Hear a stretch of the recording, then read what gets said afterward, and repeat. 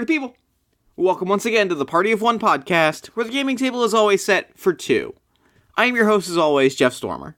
This week I am joined by DM Francesco, one of the co-hosts and rotating cast of Dungeon Masters for Hapless Heroes, a lighthearted and silly Dungeons & Dragons 5th edition podcast, for a game of Dungeons & Dragons 5th edition. This game turned out super fun and super cool, and I cannot wait for you to hear it.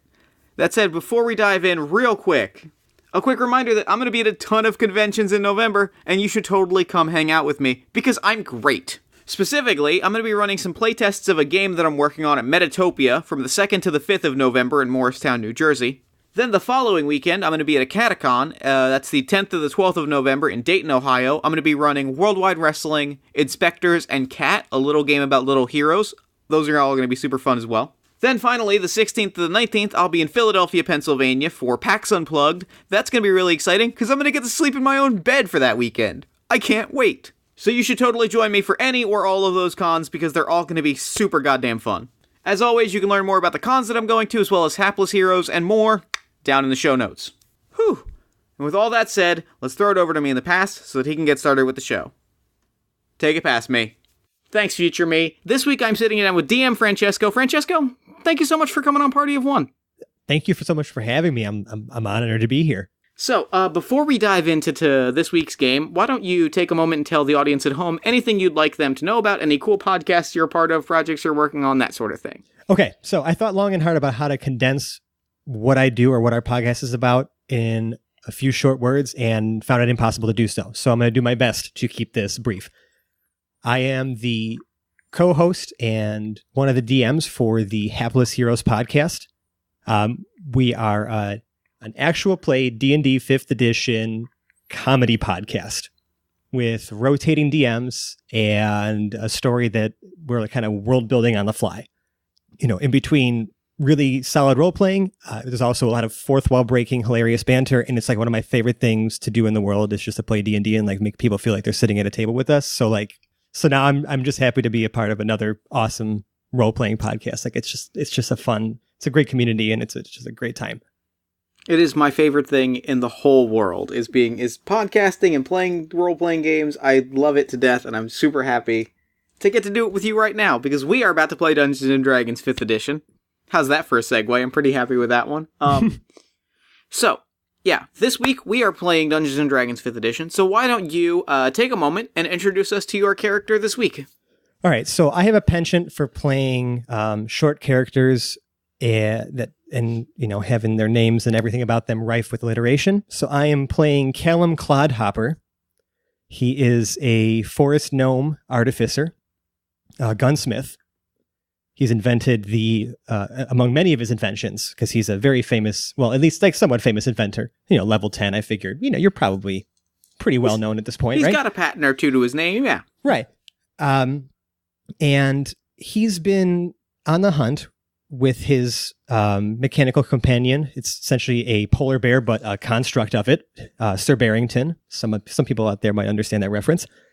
And he's been scouring the continent for someone worthy of a great work that he has produced that the original or the intended recipient of it was found to be unworthy. And I think I've finally located the right person for this wondrous item, which is actually a steampunk style like tome. It's got gears all over the cover and stuff like that. I think like very Edwardian steampunk. That's kind of pretty much the entire look of Callum. Big goggles, all these different lenses to kind of magnify things.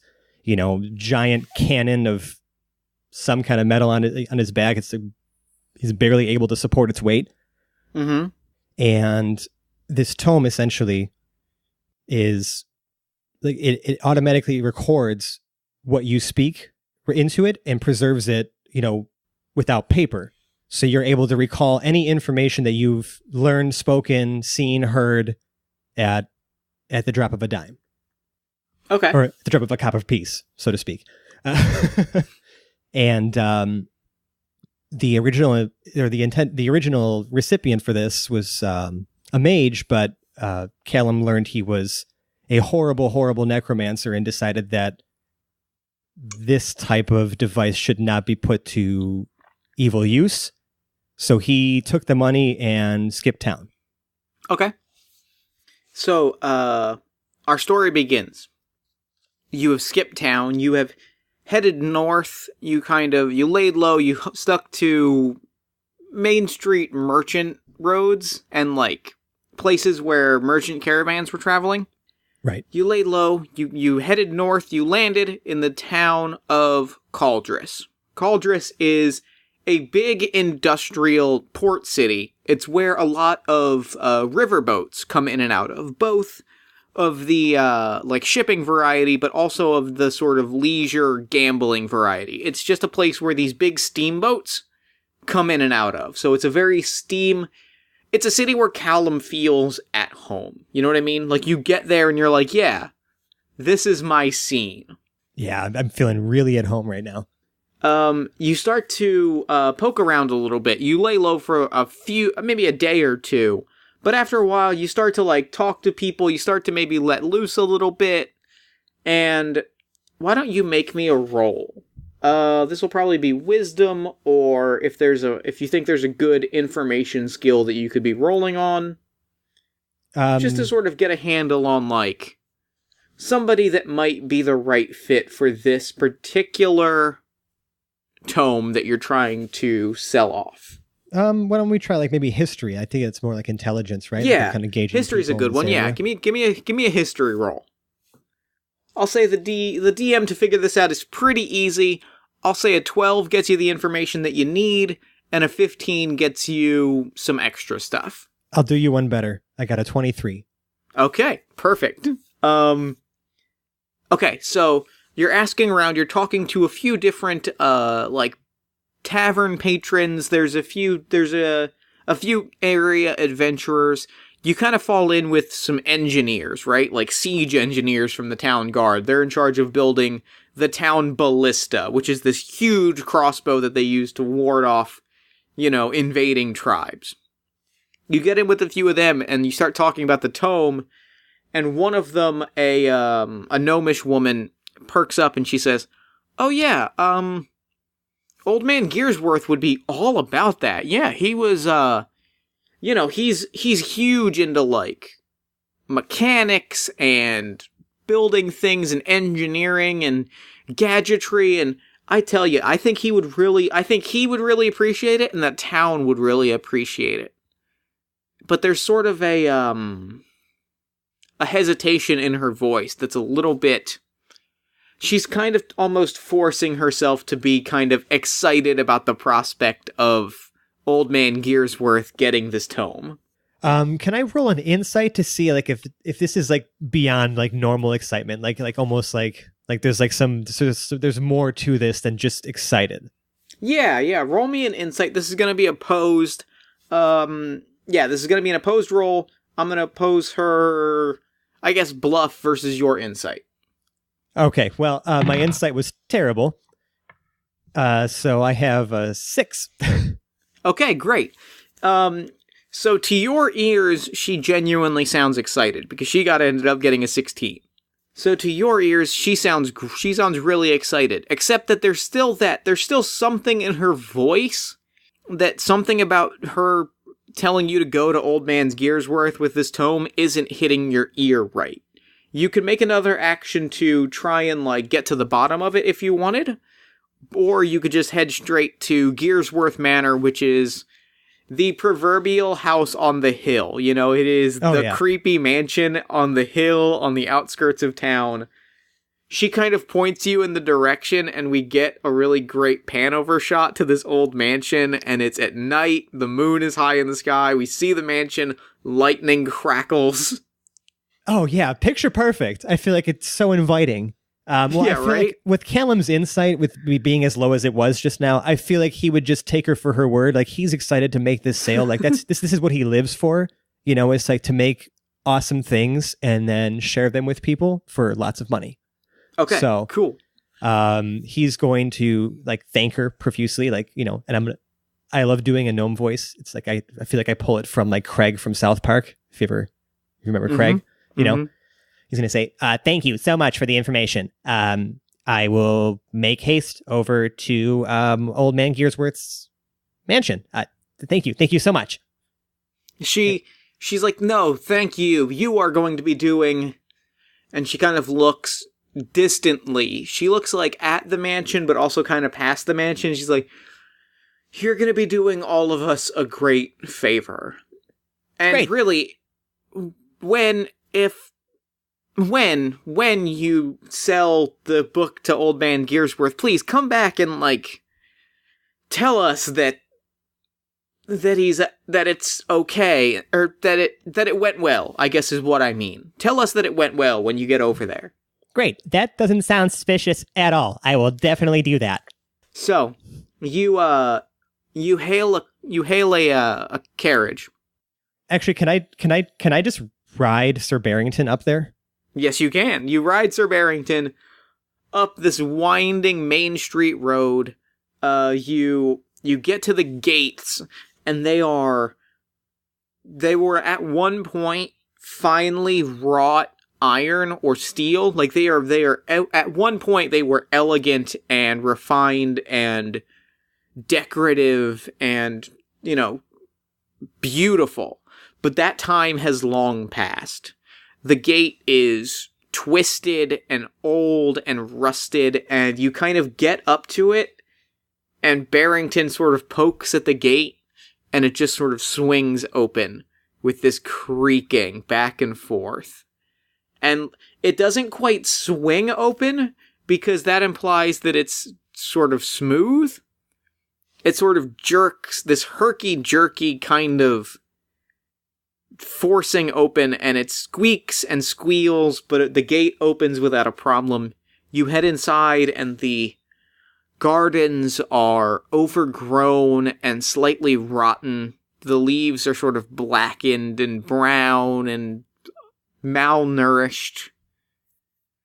Why don't you make me a roll to survey the surroundings as you head up to the mansion doorway?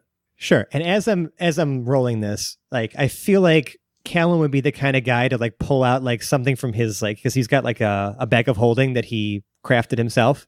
Mm-hmm. So he, like, kind of, like, stops at the gates after he hears them creak and, like, kind of digs into his bag, starts throwing out a bunch of stuff, and then finally finds, like, a little can of, like a lubricant, and he puts it on the hinges of the gate. Okay. Because that sound was just annoying to him. Sure. You're a problem solver, and I appreciate that. Right. So are we calling this perception? Yeah, we'll call this perception. 15. Okay. A 15. Yeah, everything is brown and black and old and dried up. It is almost as though there was a cleaning crew or a gardening staff at one point, like a housekeeping staff, but that has not been the case for a while. Maybe not, like, years, like this isn't sort of the place is not abandoned for years, but certainly maybe weeks of, like, regular care that has just fallen off. All right, I mean, there is, in the distance, you see a humanoid figure that does appear to be tending plants, though. Well, I'd like to. I mean, how far am I away from the the front door from this mansion? I guess it's gonna a few hundred feet. Like, there's a long walkway lined with what were at one point really beautiful topiary statues, but have sort of just turned back into, like, wild, unkept trees.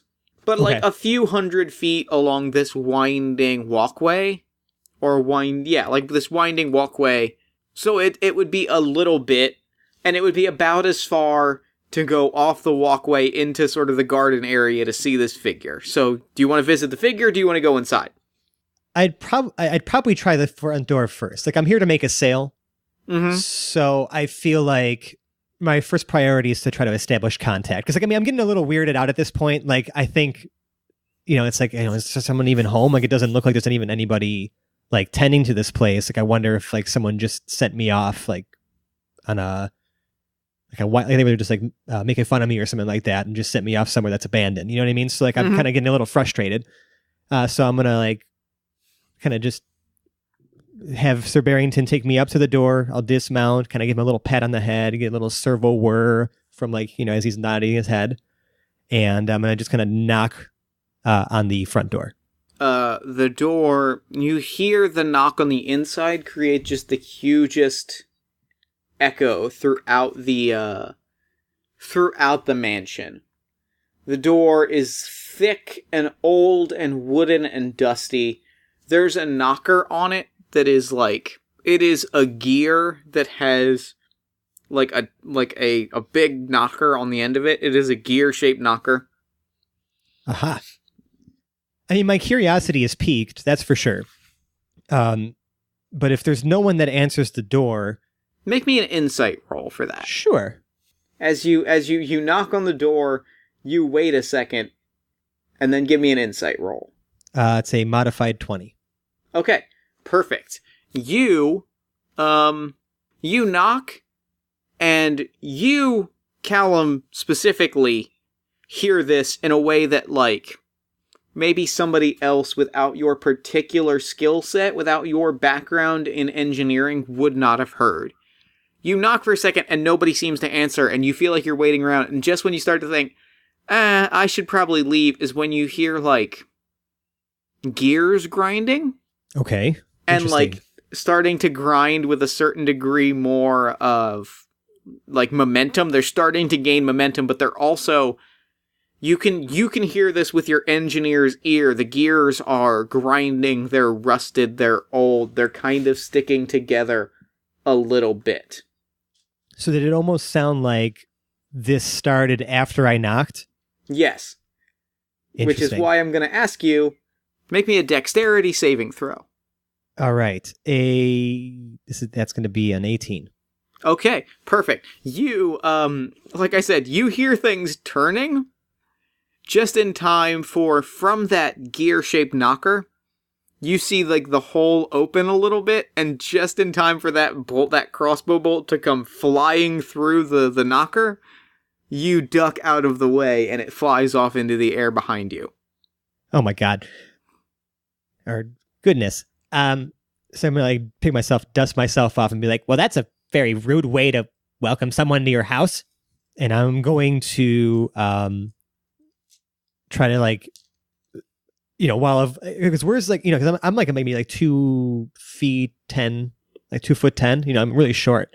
How high up on the door is this mechanism? There's actually 3 mechanisms. Oh, that's really the interesting thing is that you come up and it's something that you didn't fully consider when you first came up to the door. Is there's actually a mechanism where you are, then there's a mechanism maybe 3 foot higher. Then there's a third mechanism about 3 feet higher from there. It is almost like they were planning on people of small, medium, and large size to come to this door and to get each one of them individually when they hit this knocker. Wow, there's a level of care and attention to this, the design of that particular trap. I don't even know if I could be mad now. It raises a flag for you. Right. I don't even know if I could be mad. I'm just impressed now. So I think I'm going to just slowly and definitely move around or try to position myself so that my body's not in front of this, this where the trap had shot out a bolt, and try to see if the door is actually unlocked though. Yeah, the door actually, once you push that open, once the crossbow bolt flies out, you kind of jab at the door a little bit, and it creaks and it moans like a door that doesn't want to open, but it definitely does eventually, slide open. You get it open without a problem. You can head inside without an issue. Yeah, I would like to do that and have Sir Barrington right behind me. Yeah. Okay, make me a perception roll. You got it. I'm trying to figure out. This is 9. Sorry, I couldn't. The line is a little hard to see on this die. That's going to be... Yep, just a straight 9. Okay. You head inside, but in the seconds before you step inside, you swear you hear grinding. You swear you hear the grinding of metal or the creaking of sort of partly oiled metallic joints somewhere in the distance. You can't pinpoint where, but you swear you hear that as you head inside. Interesting. What do I see when I enter, though? It is a huge grand foyer. There is one of those double spiral staircases, you know, the ones where it's like a curving staircase on both sides up to the landing on the second floor. Think if you've ever seen Scarface, the foyer from the end of Scarface with "Hello, my little friend." One of those. Oh yeah, perfect image.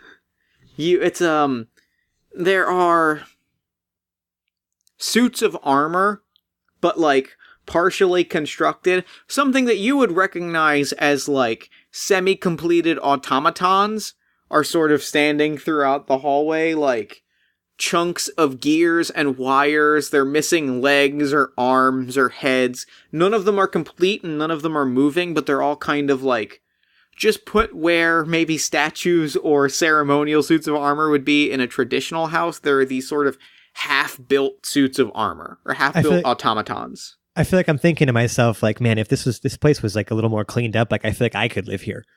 Mm-hmm. All right. Absolutely. Any doors in this hallway, or is it just the stairs up? There's the stairway, and then there are hallways to the east and west. Okay. You can see to the west that it kind of leads to like a maybe not a full-blown dining area, but maybe like a breakfast nook. A place for coffee and drinks and casual conversation, maybe even business chat. Okay. But then the hallway to the east just sort of leads into these closed off rooms. Okay, I'm going to try to call out one more time because I feel like, I'm barging into someone's house, so like I'd feel like I'd have the respect to at least say one more time, like, hello, Mr. Gearsworth? Is anybody home? As you say that, you call that out and you hear footsteps coming from both directions of the hallway on the second floor, like past where the landing turns into hallways on the east and west. You hear footsteps coming, from the east and west. You also hear that louder squeaking coming from behind you. There's just things seemingly coming from all different directions. Coming from behind you, coming from up east, up west. But no one is saying anything. All right, so I'm starting to feel a little unsafe. I can't imagine why. So I'm going to take a minute. I have this awesome ability as an artificer to infuse magic into like a non-magical item, so like one of my spells. Sure. So I'm going to take just like a copper piece out of my pocket, right? Mm-hmm. And I'm going to inscribe the Shield of Faith spell into it. Mm-hmm. So I can like essentially use it as a bonus action to cast Shield of Faith on myself, using the item in combat. Okay. You do that just in time to see two large, they're sort of oddly shaped. They're not shaped like people per se. Think like Star Wars droids almost, the way that they're like sometimes human-esque, but they're not quite shaped right. Okay. These two, or even like kind of like Pixar-esque shaped robots, come from up the landing on the second floor. They come from one each from the east and west. They're very big. They're big and bulky, and sort of like their legs aren't quite the same size and shape, so they're kind of waddling a little bit as they sort of like, and you give me a perception roll on them. Sure. 3. They're coming towards you pretty quick. Yeah, I had a lot more things I could tell you about them, but you rolled a 3. They are painted in weird ways. They've been painted, but not like cleanly in the way that you might expect someone to paint an automaton. They've used like barn paint, so this really thick, heavy, acrylic-y, just the paint that you might just grab from somewhere. And they look like they're coming at me with intent to hurt me. They're coming towards you. They don't have enough facial reactions or body language to tell what's going to happen, but they're certainly moving towards you, and they don't seem to be like slowing down or making friendly gestures or like bowing to you as they approach you. Sure. I'm going to instruct Sir Barrington to stand in front of me And should any of these automatons do anything hostile towards me, to immediately react and smack the crap out of it. Okay. And I'm just gonna kind of stand there with bated breath, just kind of see what they do, because it could just be a really horrible greeting system. They start waddling. They kind of make their way down the stairs. One of them rears up, and turns out your instincts aren't as unfounded as you might think. Because one of them rears up with an arm, and that arm has what appears to be some sort of a gas cannon on it. Oh, great. And it's just about to spray you with a gas as Sir Barrington tears into it. And Sir Barrington and the automaton, tumble into the hallway a little bit to the east and start tearing into each other. And cool. Now you are kind of left without Sir Barrington for a moment, as there's still this other automaton, and you swear you hear the creaking of metal joints, but you can't quite pinpoint where, unless you want to give me another perception roll. I will do my best. I have been doing not so great with these for the most part. All right, 15. Okay. Yeah. It's definitely it's echoing in a way that says that it can only be coming from outside. And that's when you realize, oh, right, there was that humanoid shape in the back. It was gardening plants. You turn around and there's another one of these automatons. This one is much smaller and much more human shaped. Okay. And is carrying a water pail. But it's just sort of coming towards you. And this one is because it's much more human-shaped, is much more obviously coming to, grab you and drag you somewhere, as this other automaton, which matches the one that Sir Barrington is mauling, lifts up its gas cannon. Oh, great. This is going to be fun. Why don't you roll me initiative, but also make me a Constitution saving throw. Sounds good. So let's start with initiative. It's going to be 19. Okay. If Sir Barrington's out, I won't. Do you want me to roll initiative for him as well, or?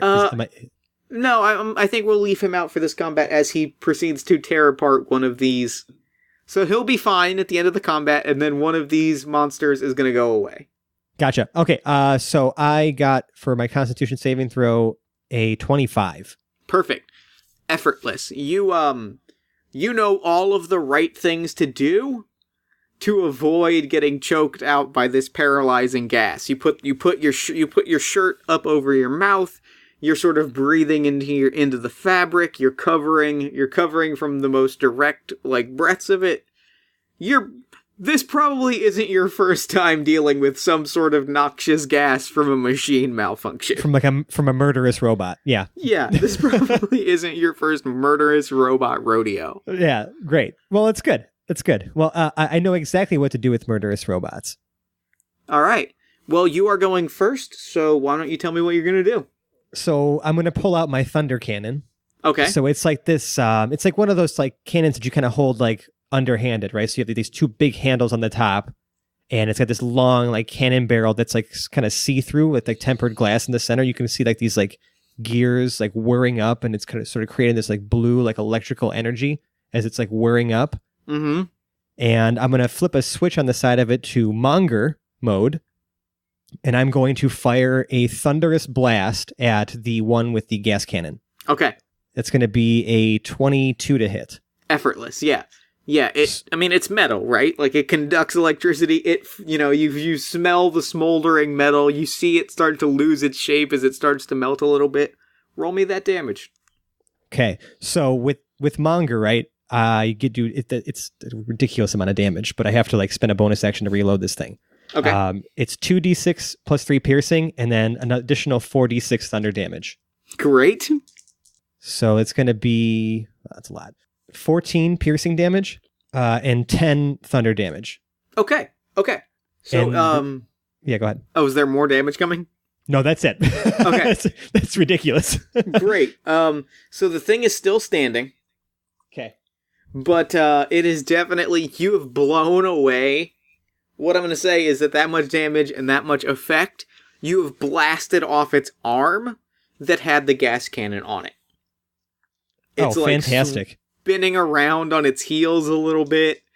It's trying to like balance itself, but you're getting a much better look at this thing, and it looks like it was initially made with care, right? Like, to build a gas cannon like that takes work, and takes precision, and takes an understanding of, like, aerodynamics. Oh yeah, I'm definitely going to be taking a look at this once it's in a pile of pieces on the ground. But then you're also noticing that, like, yeah, its legs don't match in a way that somebody that took the kind of care to build that gas cannon, and to build multiples of that gas cannon, wouldn't have taken that such of a slapdash approach. It's almost like the first half of it was built by an engineer, and the rest of it was finished by somebody just trying to finish the job. Huh. Yeah, it seems pretty half-assed to me. Yeah, exactly. It is definitely half-assed. Overall.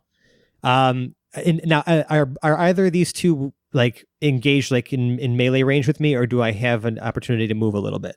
One of them on their turn, the gas cannon robot is swirling around and is going to like get up to melee range with you on its turn, but it's pretty beat up, so it's going to take its turn to do that.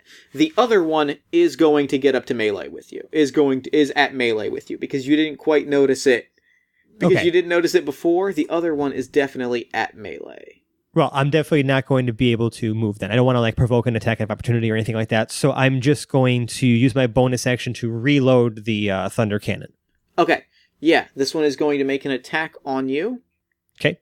It is going to make one attack because it's going to finish moving towards you, so it's not going to get its full attack this round, but does a 20 hit you? Absolutely does. All right. Takes 7 damage. Ow. As it, like, smashes you upside the head with this flowering pot, or this metal gardening, what are they? What are those things called? Watering can. Watering can, thank you. It smashes you upside the head with this watering can, and, like, bangs up the watering can and kind of, like, throws it aside, but you are reeling, because you just got smashed upside the head with a metal watering can. He rattled the cage a little bit, yeah. Yeah. And now they're both upon you, and you have a feeling that it's going to involve you getting a melee attacked by both of these things in a few moments if you don't act quickly. Yeah, I'm going to do my best here. So, okay. It's my turn. Mm-hmm. Can I shift in such a way, like 5 feet, so I'm still engaged with them, that they would both be within like a 15-foot cone of the front of my thunder cannon? Make me a dexterity, acrobatics, if there's an acrobatics. Sure, thing. Yeah. I always forget what skills are in 5th edition, but like, make me a roll for that, and we'll call that an opposed roll. Okay, I got a 17. All right. Yeah. Oh yeah, they both rolled very poorly, so yeah, one of them, the larger robot kind of tries to reel back and like hit you with the one arm that it's got left, and you use that to sort of like duck underneath, do a quick roll, and then, yeah, they're both in a cone. All right, so I'm going to switch my thunder cannon to blast wave. That's another little setting on there. Cool. And I'm going to fire out like a 15-foot cone of like energy from it. And, they have to make a DC 16 dex save. Okay. Or sorry, strength save. Excuse me, strength save. The gardening robot 100% doesn't. That's taking full damage. The other one almost does. Almost, it at first seems like it's going to be fine, but then you start to see the sparks and you start to see the smoke and you see it start to break down. So they've both failed their saves. Okay, perfect. So they're both going to take 11 force damage and be pushed back 10 feet. So, the larger one, the one with the gas cannon, tumbles back and starts to fall apart and hits the ground as a pile of, parts. The other one, the gardening robot, is fairly okay. Hits the wall, it kind of like takes a moment to recover, and this is when I'm going to ask you, what does Barrington do as Barrington kind of trots out of the hallway? Oh, he's going to see that this thing is still around and just charge on in and try to claw and bite it in his mechanical jaws. Okay, give me that attack roll. The claw is... I'm sorry. Yeah, the bite is a 26. Okay, The claw is a 17. Okay, the bite hits, the claws do not. Okay, so it will take... it looks like 7 piercing damage. Great. Yeah. Rips into it, it tears out the Barrington tears out some of the robot's throat, and its head is kind of dangling around and wobbling from place to place. As it and it is ignoring Barrington, almost like it doesn't see Barrington, despite the fact that that Barrington ripped its throat out. It's almost like it does not have any interest or ability to really know Barrington is there. It's gonna stick right onto you. Interesting. Does a 13 hit you? No, it does not. Okay, yeah. So it takes a little bit more effort than it realized to get through for reasons that it seems like it doesn't quite comprehend. It's like, why is it difficult to get to you, despite the fact that there's a giant robot bear tearing it asunder? What do you do? So I'm going to switch the thunder cannon back to monger mode and just fire a thunderous blast at it. All right. Oh yeah, 24. Yeah, blow it away. Give me that damage. Okay. So it's going to be first 7 piercing damage, and then, let's see, 8 plus 15, 23 thunder damage. So it had 13 HP. Yeah. So you did pretty well. Yeah. You can look at the parts and the bodies of these two big droid-looking things. This gardening bot, it's ash. It's gone. It's okay. I was more interested in the one with the giant gas cannon anyways. Quick aside. So I have this subreddit I follow that we reference a lot because we have a Warforged in our party on my podcast, right? It's called VX Junkies, and it's just full of a bunch of nonsensical technical jargon. And I'm going to try to pull some of that out real quick. All right. Yeah. Hit me with that good techno babble. So, so once the automatons have been defeated, he's going to walk up to the one with the gas cannon, Callum is, and he's going to start inspecting it. He's like, is there maybe a field oscillation unit in here somewhere? Maybe it's maybe a Gauss Pointier turbine? Wait, what is this? What is this? And he just starts sifting through the parts, kind of looking for anything valuable or something that he could use later in one of his creations. Give me a roll for that. Sure. Investigation? Yeah, absolutely. That works. 21. Yeah. You're pulling through this, and it's kind of like what I said earlier. You can tell the gas cannon is made with the precision of a watchmaker. Every part is designed to do its job 1,000%, right? It's honestly, it kind of takes you aback, the level of, designs within designs, operation within operations. The level of skill that it takes to make this happen is pretty incredible. Because, it's got an auto-recharge mechanism, it is designed so that it's doing its job at all times, to 100% efficiency. Excellent. So that's going to go right into the bag of holding, which is strapped onto Sir Barrington. Yep. Great. The rest of it, there are definitely parts of it that seem like they were sort of okay, how do we make this thing walk? How do we make a robot out of this? There are parts of it that seem like... There's parts of it that seem like an artist worked on this, and then there's part of it that feel like somebody else who came in at a pinch hitter, a pinch hitter on a tight budget, time and money-wise, said, we need to finish this. Well, at least the gas cannon might make a great addition to Sir Barrington someday. This is true. So I'm going to kind of dust myself off a little bit, get the dust and debris out of my hair and kind of, nurse the bump that I have from that watering can. Mm-hmm. And I'm going to try to take Sir Barrington with me up the stairs. Okay. To the second floor. You head up the stairs.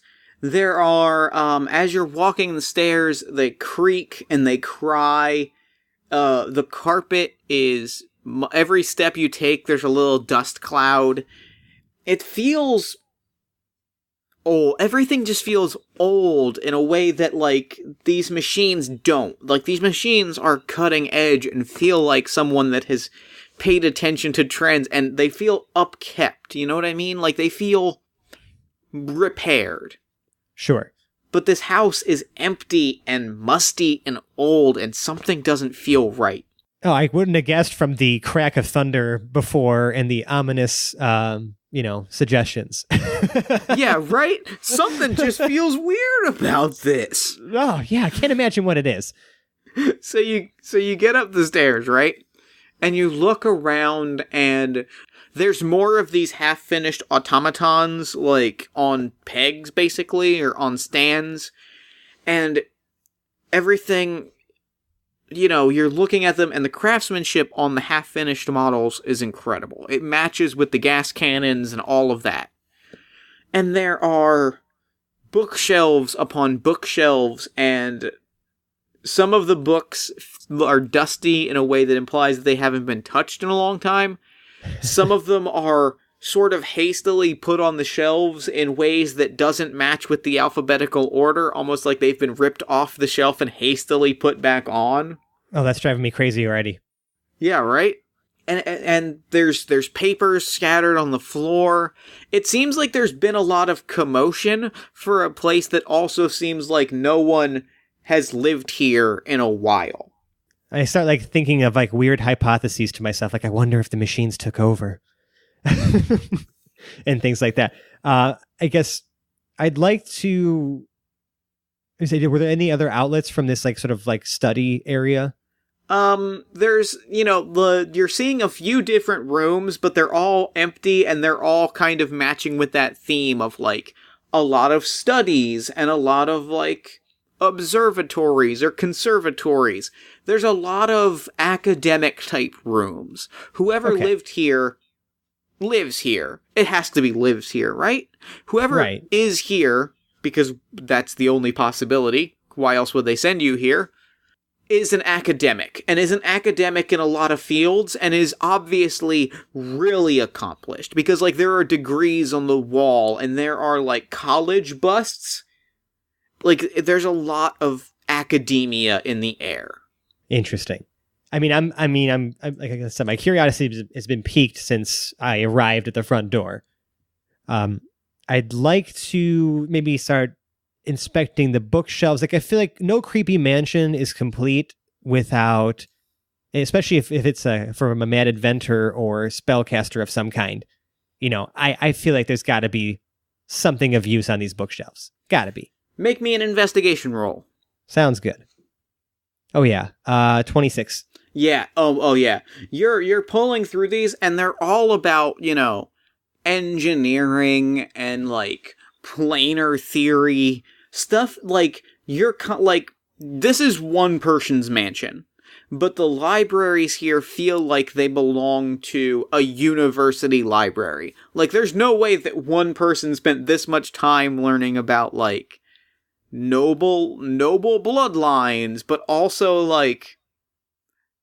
wood crafting, and also automaton design, and also astrology and astronomy. There's so many things happening here. I feel like I should be creeped out by the general state of the mansion, but I also feel like this guy could be my next best friend. Yeah, he could be. He really could be. But again, you're looking at the books, and you're seeing that some of them have been untouched for weeks, months, could be here. They look very untouched. But others have been very hastily kind of ripped out of place, jammed out of alphabetical order onto bookshelves. And the ones that you're noticing, the themes are all very much alchemical design, automaton design, Interesting. revivification, things like, and it's all technical manuals. There's a lot of manuals and a lot of technical manuscripts that are the ones that have been obviously reviewed over. I call those leisure reading. Yes, your leisure reading books are all over the place. Wow. I'm going to have to come back to this later if things work out all right, because I may have to borrow a few books. I'm using air quotes. All right, I want to keep looking around to see if I can figure out, where the proprietor of this mansion is, where the person I've been searching for is, where old man Gearsworth could be. Make me a perception roll, unless there is an academic intelligence skill that you think would be better suited for the kind of environment that you're in, which is a lot of machines and engineering type stuff. All right. Would you take Arcana? Because I guess machines kind of exist by magic. Yeah, I would take Arcana in this. Yeah, give me an Arcana roll. Cool. Oh, thank God I'm good at these at least, because the roll was terrible. 13. Okay, you definitely hear stuff below. You hear noises, and it's much like it was at the door, right? You hear this grinding sound. You hear the gear turning, and you can tell it's coming from, the basement. Well, that's obviously the next logical step here. So I'm going to say, come, Sir Barrington, and just lead him down the stairs, and then try to find some door towards the basement. Maybe kind of keep listening around to see if I can kind of follow the general direction of this sound, or maybe even have Sir Barrington do it, because he has oh, that's only smell. Never mind. I thought he uses, yeah. You head towards the basement, right? Yeah. You head, and your instincts are proven correct. It almost, you're a little bit taken aback, because you're like, I can't have, my gut could not have been right here. But you head down, and there is, of course there's a laboratory in the basement. Oh, excellent. You pull open this old wooden door. You have to, Barrington kind of has to, rip a lock off of it. You pull open this door, and it is this full-on gothic laboratory from where this old, dungeon brig used to be. There's Tesla coils zapping, and there are vials and beakers. It's mad science-y. A lone tear falls down Callum's cheek as he witnesses the most beautiful thing he's ever seen in his entire life. And what's really beautiful about it is it's not just a laboratory. You're looking around, and make me another Arcana roll. You got it. 24. Yeah, you're looking around, and you're hearing, all of your senses are on fire with this, because you're not just witnessing a lab, right? What you're witnessing is automation. What you're hearing is machines doing their job without any sort of input from sentient or sapient beings. They're just running. They're running on instinct, on pure mechanical design, pure engineering perfection. It feels a lot like nobody would even need to live here. Well, I'm going to waste no time and just walk around, explore. One of Callum's character traits is that he always wants to know how things work and what makes people tick. So he is carefully studying, he's just slowly walking, and carefully inspecting everything as this beautiful music plays in his mind, because he just, all the things he can think of that he could do with this stuff if he lived here. Make me one last Arcana roll. Take advantage on it, because you're taking your time. And we'll go into our big final set piece. Great. It's going to be another 24. Yeah. You're peeling things apart, right? We get a great montage of you standing in front of machines as we see the gears pumping and pistons pumping and gears turning and all of that cool mechanical shit. You're watching this happen, right? You're just watching the parts run and the machines do their work, and it's beautiful. And you're slowly starting to piece together, like, that feeling that nobody could have lived here. You have no idea how long these machines have been running. Because the thing is, these machines are starting to look old, and there's gears that seem to be missing one tooth. So they run for a minute and then hiccup, and run for a minute and then hiccup.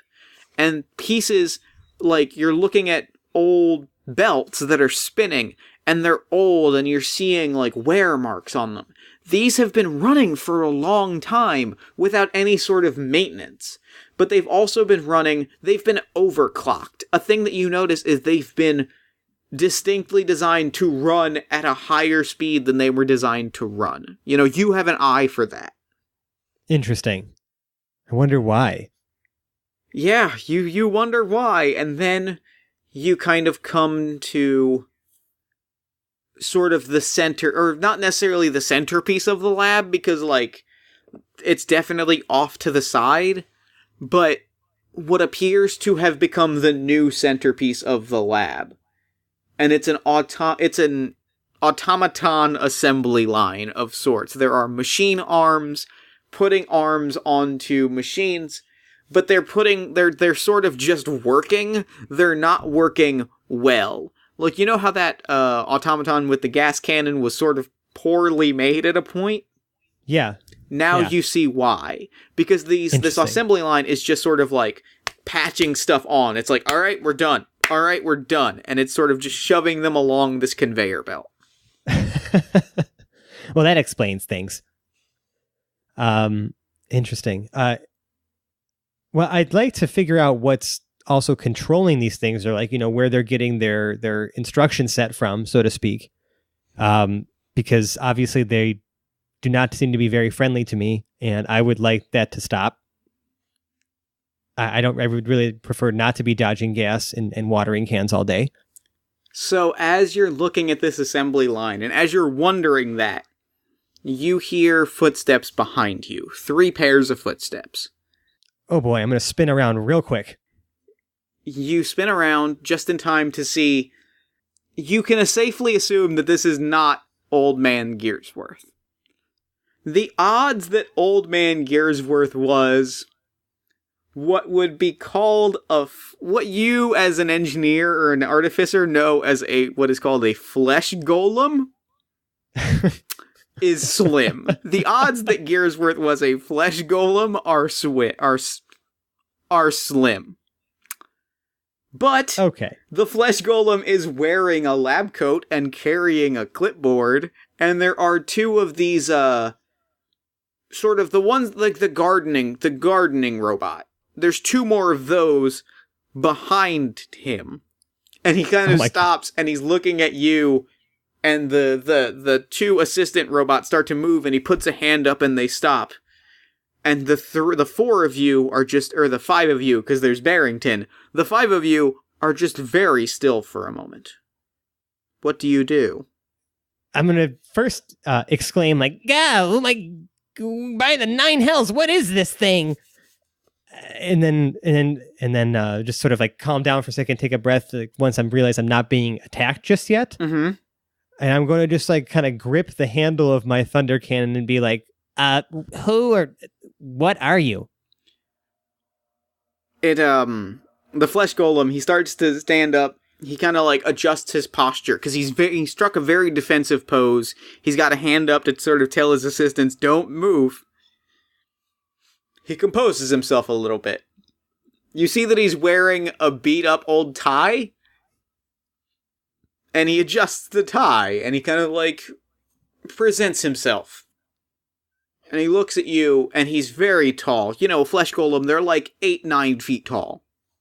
Oh, yeah, and I'm like, you know, like 5-6 feet shorter than he is, so. Yeah, so he kind of bends down, hands on his knees a little bit, or one hand on his knee, the other still holding the clipboard. And he says, I would ask you the same question. Well, I'm Callum Clodhopper, inventor extraordinaire. I'm here to present one of my wondrous inventions to Old Man Gearsworth. I'm told he is deeply interested in something of this nature. The flesh golem's posture softens. The robots start to like panic a little bit. They're like, Gearsworth, old man Gearsworth, emergence, and he kind of like puts his hand up, but not in the defensive way, just kind of like, don't do this. And he the flesh golem, he sits down cross-legged, clipboard, he puts the clipboard on the floor, and he's now looking you eye to eye. And he says, did the townspeople of Caldris send you to check on Mr. Gearsworth? Dr. Gearsworth, I apologize. Dr. Gearsworth. Oh, Dr. Gearsworth. Yes, that I was sent here by them. Yeah, at their recommendation. And he takes another long sigh, and he says, I trust that they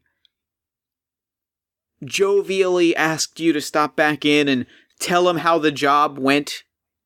That's exactly what they said, yes. Yes, they've had suspicions for a long time about Dr. Gearsworth and his whereabouts and his place in the town, and I'm afraid you have been duped. I had a sneaking suspicion. I'm sorry that you went through anything that you've gone through today. I hope that the assistants, and he gestures to the robots, have at least treated you kindly. I know that they are not the friendliest when it comes to not unwanted or unwelcome, but unannounced guests. Well, to be honest, I did announce myself, and they were less than friendly. I may or may not have had to disassemble a few of them. I appreciate your sense of humor. It amuses me. Engineer to engineer, I appreciate the joke. I got it. I don't know if the robots got it. I'm going to sort of nervously laugh along with him, but I'm going to be doing so very confused. So, right, that was great and all, but so who are you then? And what is this place? I don't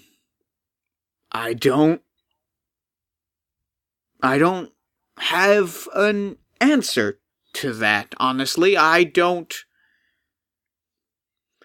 was finished after a time when I would have gotten a name. I guess I am the caretaker of this, and he gestures to the lab. Dr. Gearsworth's lab, his place where he made his masterpieces, and he gestures to the robots and to the assembly lines and all of that stuff. You speak of him as if he's no longer alive or here. What happened? Things such as yourself operate on different time scales than myself or the assistants. Time is a deadlier foe than any invading army or evil wizard. Time simply took him. Unfortunately to say. Well, I'm very sad to hear that. I believe like this place, I feel at home here. It's beautiful. I was hoping to discuss with him all of the things that he's done to create such a wondrous laboratory. I'm very saddened to learn this.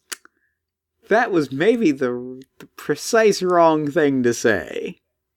'Cause he stands up a little bit and he smiles and he says, "You feel at home here. This could be your workspace. This could be your new home. And No. I don't mean to make assumptions or be presumptuous. I'm just. It was just a compliment. No, it was a compliment. This is wonderful news. We have needed someone to take up residence in the lab. I am a caretaker, but I am not trained to use these machines. We have a new doctor in residence. We have a new master, and the robots start, joyously hopping up and down, and everybody seems real happy about the prospect of you working here forever. So that's not what I meant. I mean, I'm flattered. Please. Flattered. Absolutely flattered that you would see me in such a way. But I have work to do. I can't. I need to. Yes, you have work to do. You are going to create. You are going to repair and make this place the workshop of tomorrow that it is meant to be. And now you're noticing that the robots are around you. Oh. So, like, if it weren't for the hostile vibe I'm getting right now, I feel like, because another one of my character traits, or my flaw really, is that I would do anything to get my hands on something rare or priceless. I feel like this home fits that criteria. However, the staff doesn't appear to be that welcoming. So it's sort of a thing where you're not getting the vibe of hostility per se. They're not threatening you. They just, the way that they're thinking is that you're going to work here forever. Yeah, I'm not ready for that level of commitment yet. We've just met. All right, fair. So I'm going to be like, listen, I appreciate your offer, but I would really hopefully like to politely decline your offer. Maybe you give me a day to think about it? Without saying a word. Without saying a word, the flesh golem stands up. The caretaker stands up. And he puts 2 fingers to the bridge of his nose, and he says, I am afraid that another opportunity like this isn't going to come around. You are going to work here, and he starts to clench his fists as the robots start to, stomp their feet a little bit. And, I'm gonna need you to roll initiative. We are in our final battle. No, you can't make me. Battle. You can't make me work for you. I got a 17 for initiative, and Sir Barrington got... the two of you will go together. I'm not gonna... Oh, thank God. Yeah, it's like one of the tougher things about having a companion that acts on their own initiative. It's just so much easier to process it all at the same time. No, yeah. The two of you are going to go at once. You're also going to go first, so tell me what you both are doing. The flesh golem is coming at you, and the golems not the golems. The automatons are sort of surrounding you. There are 3 automatons surrounding you. There's the flesh golem in front of you. The Barrington is directly behind you, in between you and the automatons. But there's no one in between you and the flesh golem. What are you doing? So I'm going to stick by Sir Barrington because he is my protector. And I'm going to sort of try to turn so maybe I could face, because I want to try to make some room for myself. You know what I mean? Mm-hmm. I'm going to try to switch my Thunder Cannon to Blast Wave and try to catch 2 of the automatons, and try to blast them away. You know what I mean? So that they can just push them away a little bit, give me a little space to breathe. Okay. So they have to make a strength save, DC 16. Okay. None of them make it. I'm just gonna say you get all 3 of the robots. Oh, fabulous. They're gonna take 10 force damage and be pushed back 10 feet. Yeah. They all go tumbling back, right? They all go tumbling back. They all look pretty beat up. One loses an arm, one loses its head, but stands up and is kind of like, blah, blah, blah, blah. Clearly it didn't need its head. They're all very beat up. They're all a long distance away, so they're not going to be able to get to either of you this turn. They're going to spend their turn climbing to their feet and, like, shambling back towards you. And that just leaves the caretaker.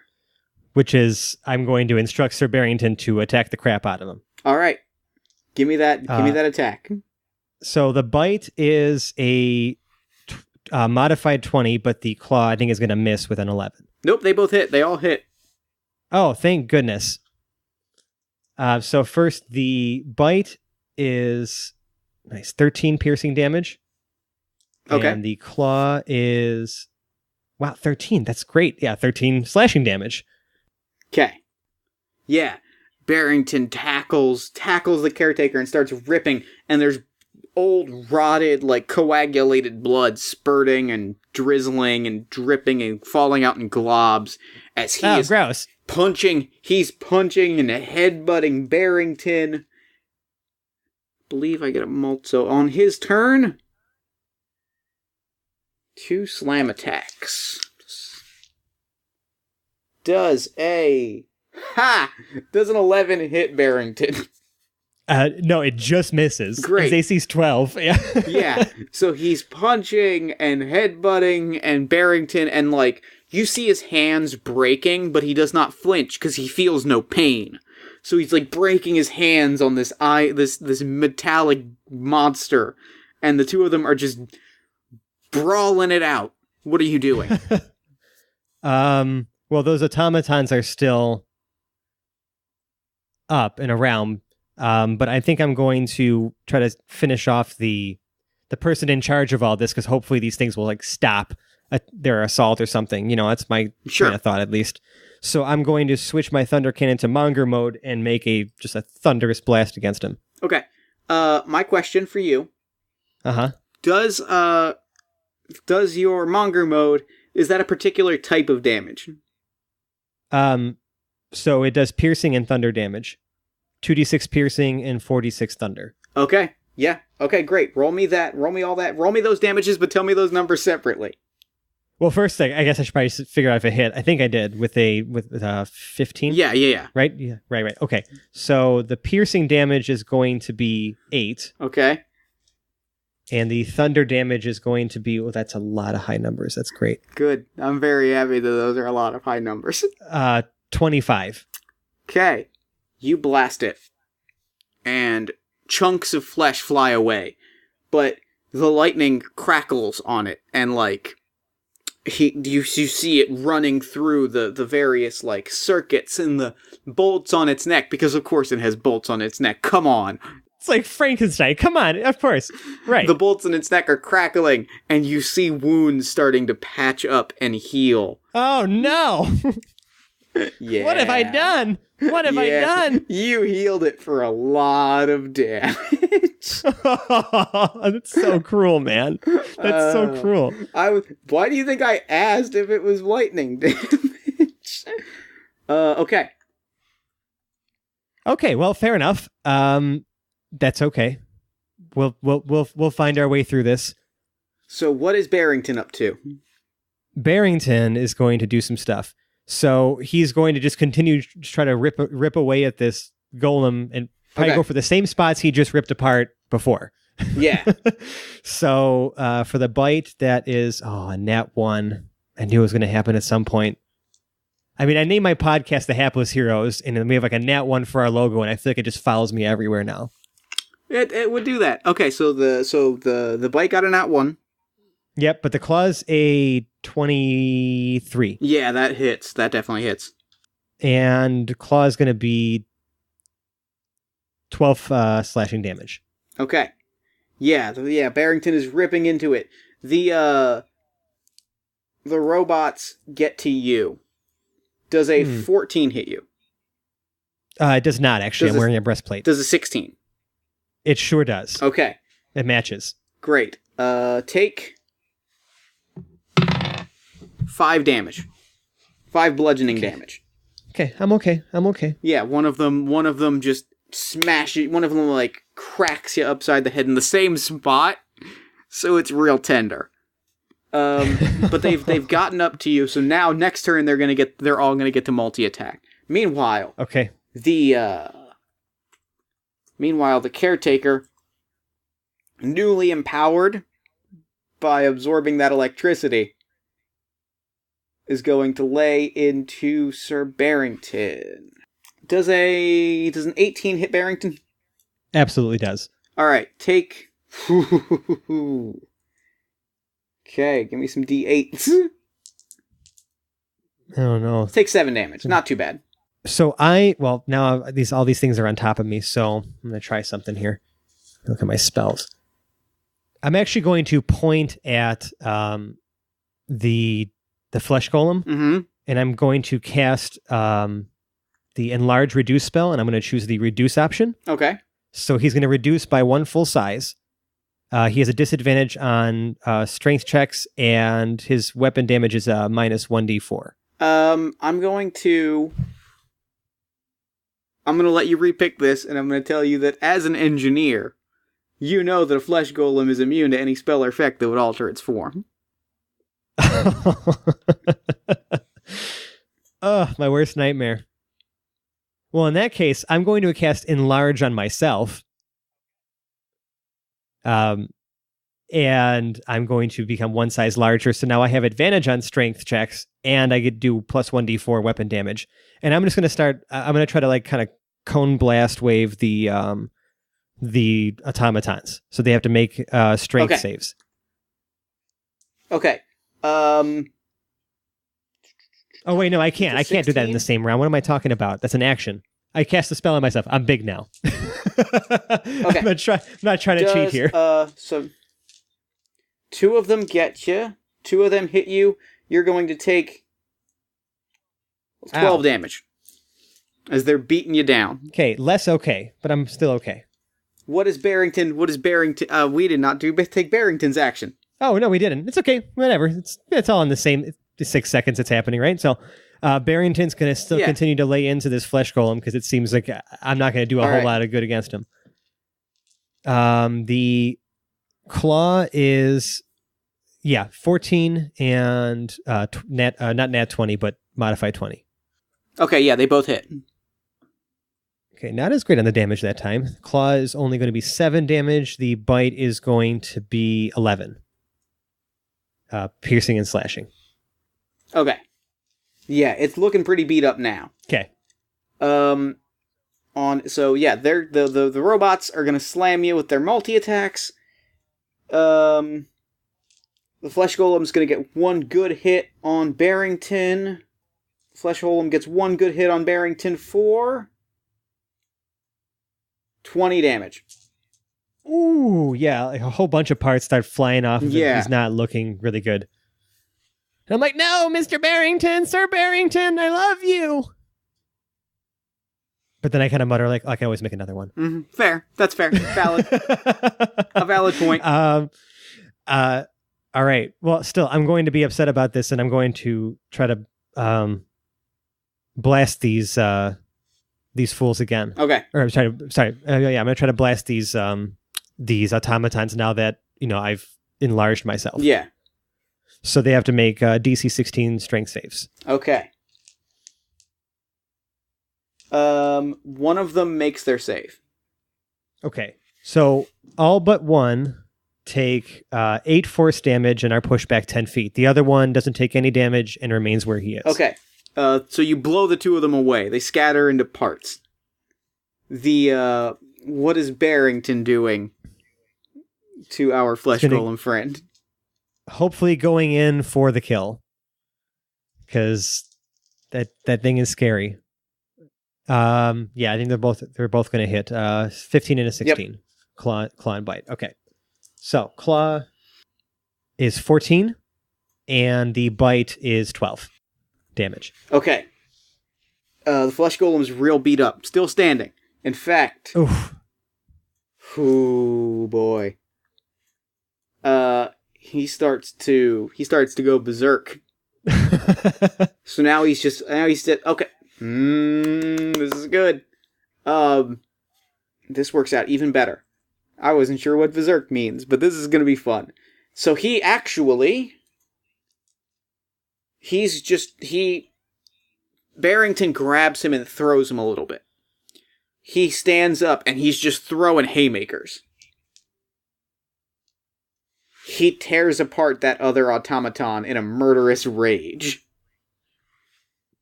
Oh. Because he's just attacking whatever's nearby.